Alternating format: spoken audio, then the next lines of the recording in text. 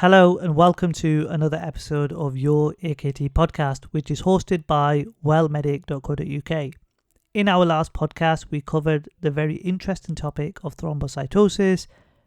In this pod, we're going to continue on a very similar theme, but unlike the last topic, I would much rather focus on some of the non-malignant causes.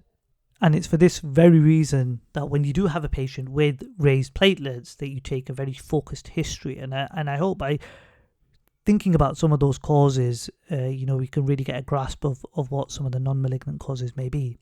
So the answers for this question have been taken from the British Journal of GP. It's another prospective cohort study, which again is going to be really important for your evidence-based medicine section. And you can check out our evidence-based medicine course on study design. But ultimately what they've done is they've followed two groups of patients, one with thrombocytosis, another with normal platelets, and then they've gone to see whether or not they go on to develop a non-malignant condition. Now, the scenario for this podcast is actually a 75-year-old gentleman who presents with a 2-month history of generalized aches and pains. He mostly complains of pain across his shoulders. He also reports a degree of stiffness when he wakes up in the morning, and he also feels that his mobility is slowly getting worse. You've done some blood tests. You've got a platelet level of 520, an ESR of 42, and a CRP of 76. So what is the likely diagnosis for this patient?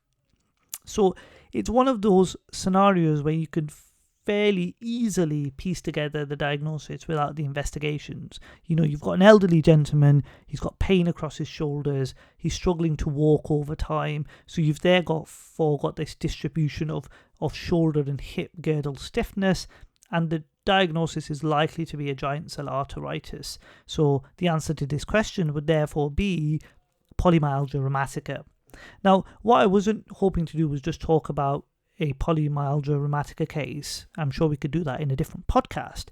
But the interesting point within this study was that there is a relative risk of PMR, and the relative risk within the study that I mentioned earlier was actually 5, which is massive in the context of thrombocytosis.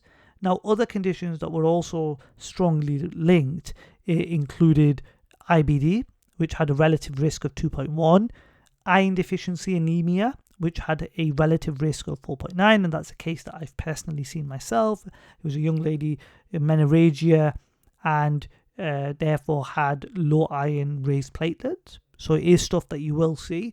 And finally, rheumatoid arthritis, which has a relative risk of 5 within this quoted study as well. So it's just, coupling this podcast and the podcast before this as well, it's well worth thinking about malignant causes, but it's also worth, considering what the non-malignant causes may be as well. I hope you found this interesting. Please do share this podcast with your peers.